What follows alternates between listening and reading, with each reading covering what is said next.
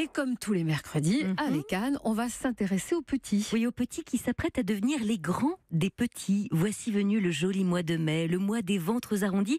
Et 9 mois après cette folle soirée de fin d'été arrosée, Je te prie de faire très attention, je ne prends pas la pilule. votre aîné s'apprête donc à se voir privé de la moitié des bras qui lui étaient jusqu'alors entièrement tendus et dévoués, ainsi qu'à devoir à peu près tout partager avec son petit frère ou sa petite sœur à naître.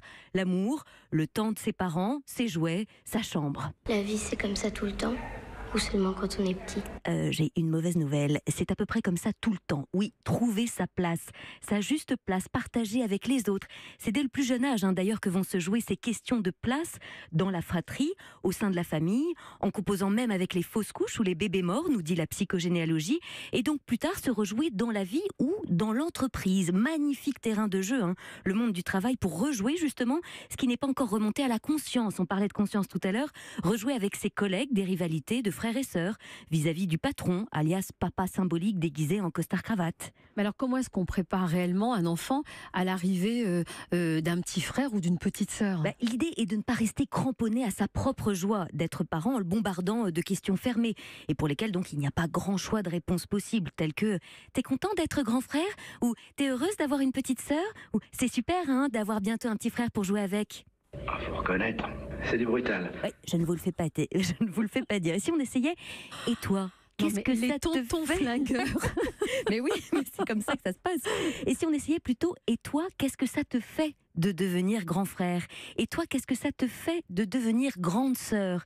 C'est différent, vous l'entendez, la vibration comme elle est différente dans cette question.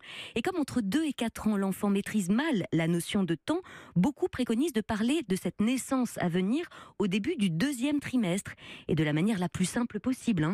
Papa et maman ont fait un bébé, tu vas bientôt avoir un petit frère ou une petite sœur. Pas la peine non plus de l'emmener à l'échographie, ni de parler à la place du bébé. Est-ce que tu veux bien être mon grand frère?